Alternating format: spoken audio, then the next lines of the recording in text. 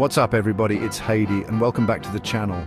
Today we're diving deep into a topic that's crucial for building wealth but often overlooked, the psychology of money. Now you might be thinking, psychology? Heidi, I thought this was a finance channel, and you'd be right, but here's the thing. Mastering your money isn't just about crunching numbers and understanding investment strategies. It's about understanding yourself. Over the next few minutes, we'll explore how our emotions, biases, and even our social circles can secretly sabotage our financial goals. We'll uncover the hidden forces influencing our spending habits, investment decisions, and overall relationship with money. Let's talk about loss aversion. And to understand this, imagine this. You've got two investments, right? One's up 10%, the other one's down 10%.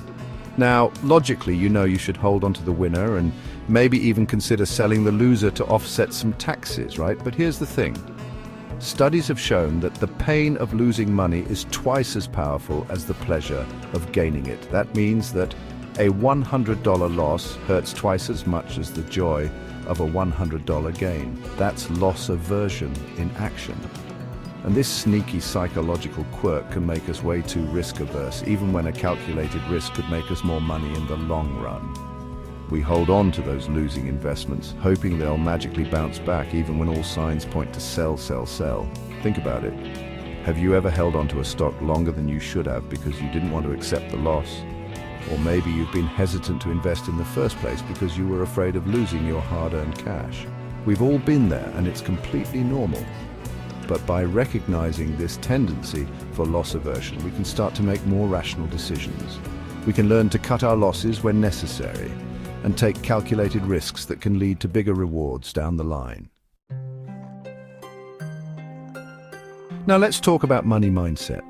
This, my friends, is absolutely crucial. Your money mindset is basically your beliefs and attitudes about money, how you view it, how you think about it, and how you feel about it. There are two main mindsets, scarcity and abundance. A scarcity mindset is all about not enough. You're constantly worried about running out of money, and you might even feel guilty about spending it. On the other hand, an abundance mindset is all about believing there's more than enough money to go around. You're confident in your ability to earn and attract wealth, and you view money as a tool to create the life you want. Now, which mindset do you think will attract more wealth and opportunities? You guessed it, abundance. When you believe in abundance, you're naturally drawn to opportunities that align with that belief. But here's the thing. Changing your mindset takes time and effort. It's not about simply repeating affirmations in the mirror. It's about actively challenging your limiting beliefs, replacing them with empowering ones, and taking action that aligns with your new mindset. Remember, your mindset is a powerful force, so choose to cultivate one that supports your financial well-being.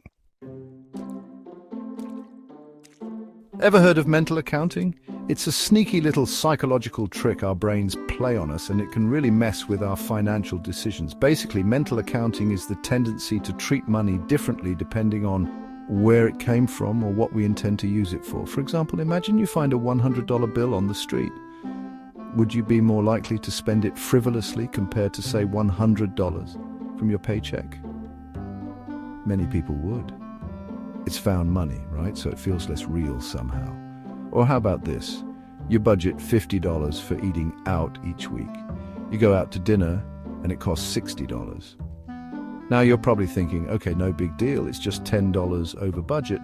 But what if you lost a $10 bill earlier that day? Would you still be okay with going over budget? The truth is money, regardless of where it came from or what mental category we assign it to. By recognizing this tendency for mental accounting, we can start to make more rational decisions with our money. We can stop treating found money like it's free money and start treating all our money with the same level of importance. Chapter 4. Don't get anchored. Breaking free from initial prices. Let's talk about anchoring bias. It's a cognitive bias that makes us heavily rely on the first piece of information we receive, even if it's completely irrelevant. Think of it like a heavy anchor that keeps your decision-making stuck in one place. Now, how does this apply to money? Let's say you're shopping for a new car and the first price you see is $30,000. That price becomes your anchor. Now, even if you see a nearly identical car for $25,000 at another dealership, you might still feel like you're getting a good deal because you're comparing it to that initial $30,000 anchor. This anchoring bias can happen in all sorts of financial situations, from negotiating salaries to buying a house. The key to overcoming anchoring bias is to be aware of it and actively seek out multiple sources of information. Don't just rely on the first price you see or the first offer you receive. Do your research, compare prices, and don't be afraid to negotiate. Remember, knowledge is power, and it's the best way to break free from those anchoring chains. Chapter 5. The social media comparison trap. We all know social media can be a highlight reel of the best moments in people's lives. But when it comes to money, this constant comparison game can be downright toxic. We see friends jet-setting off on lavish vacations, buying expensive clothes and cars, and living what appears to be the dream life.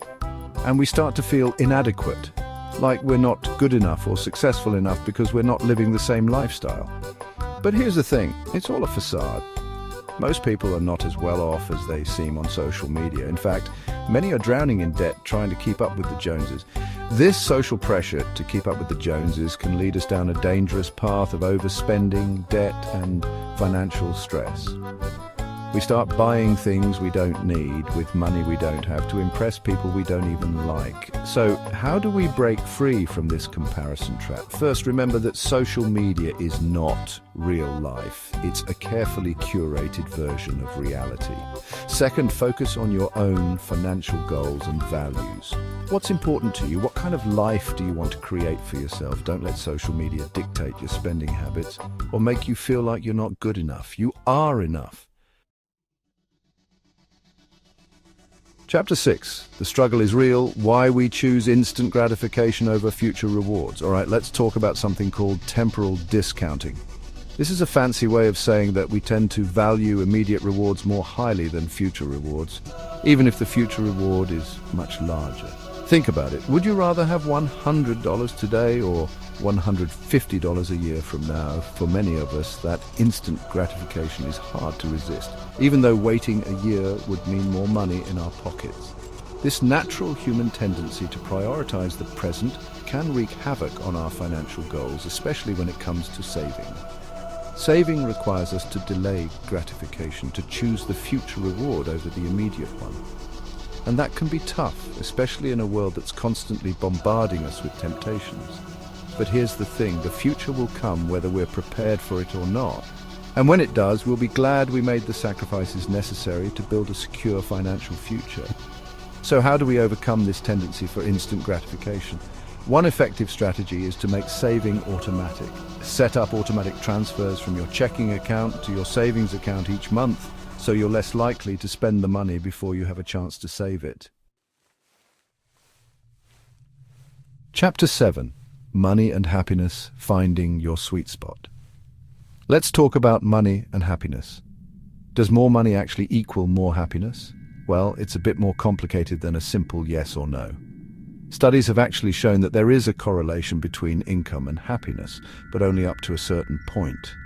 This happiness threshold varies depending on where you live and your individual circumstances, but it's generally around $75,000 to $100,000 per year in the United States. Beyond that point, additional wealth doesn't seem to have a significant impact on overall happiness. Why is this? Well, once our basic needs are met, food, shelter, healthcare, money tends to have diminishing returns on our happiness. Sure, buying a fancy car or a bigger house might give us a temporary boost of joy, but it's usually fleeting. True happiness comes from things money can't buy. Meaningful relationships, a sense of purpose, and experiences that bring us joy. So, while having enough money to live comfortably is essential, it's important to remember that money is just a tool. It's a means to an end, not the end goal itself. Chapter 8. Confirmation Bias, the sneaky saboteur of sound financial decisions. Now let's dive into another sneaky psychological bias that can sabotage our financial decisions. Confirmation bias. Confirmation bias is our natural tendency to seek out and favor information that confirms our existing beliefs, while ignoring or downplaying information that contradicts them. In other words, we tend to see what we want to see and believe what we want to believe, even if it's not in our best interest. How does this play out in the world of finance? Let's say you're thinking about investing in a particular stock. You've heard some positive things about the company and you're feeling optimistic. Now, because of confirmation bias, you're more likely to seek out news articles, analyst reports, and online forums that support your positive view of the stock. You might even downplay or dismiss any negative information you come across, convincing yourself that it's just a temporary setback. This confirmation bias can lead us to make poor investment decisions, hold on to losing investments for too long, and miss out on potentially profitable opportunities. Chapter 9: Conquering Financial Fear and Anxiety. Let's talk about something that affects many of us: financial fear and anxiety. Money is often a source of stress, and it's easy to let those negative emotions cloud our judgment and lead us to make irrational decisions. When we're feeling anxious about money, we might avoid checking our bank accounts, ignore bills, or make impulsive purchases to try to feel better in the moment. But the truth is, burying our heads in the sand will only make the problem worse. The key to overcoming financial fear and anxiety is to face our fears head on.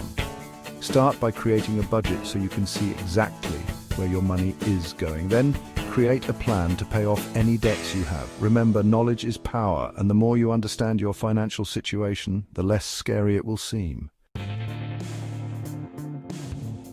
Chapter 10: Cognitive Dissonance. Justifying our financial faux pas.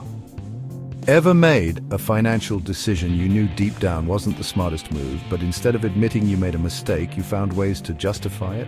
That, my friends, is cognitive dissonance in action. It's that uncomfortable feeling we get when our actions don't align with our beliefs or values. For example, let's say you consider yourself a financially responsible person. You believe in saving money, investing wisely, and avoiding unnecessary debt. But then you go out and buy an expensive new car you don't really need, putting a strain on your finances. To ease the cognitive dissonance, you might tell yourself, I work hard, I deserve this, or it's a good investment, it'll last me for years. We all experience cognitive dissonance from time to time, but it's important to recognize it for what it is: a defense mechanism our brains use to protect our egos. Instead of justifying our financial faux pas, let's try to learn from them. Acknowledge that we made a mistake, figure out what went wrong, and make a plan to do better next time. Outro: Mastering Money Psychology. So there you have it, folks, a crash course in the psychology of money. Understanding these psychological concepts can help you make better financial decisions and achieve your financial goals. Remember, managing your money effectively isn't just about numbers. It's about understanding the psychological factors that influence our financial behavior. By becoming aware of our biases, emotions, and thought patterns, we can make more rational, informed decisions that align with our long-term financial well-being. Don't forget to like, subscribe, and share this video with others who might find it helpful. And be sure to hit that notification bell so you don't miss out on future videos. Thanks for watching.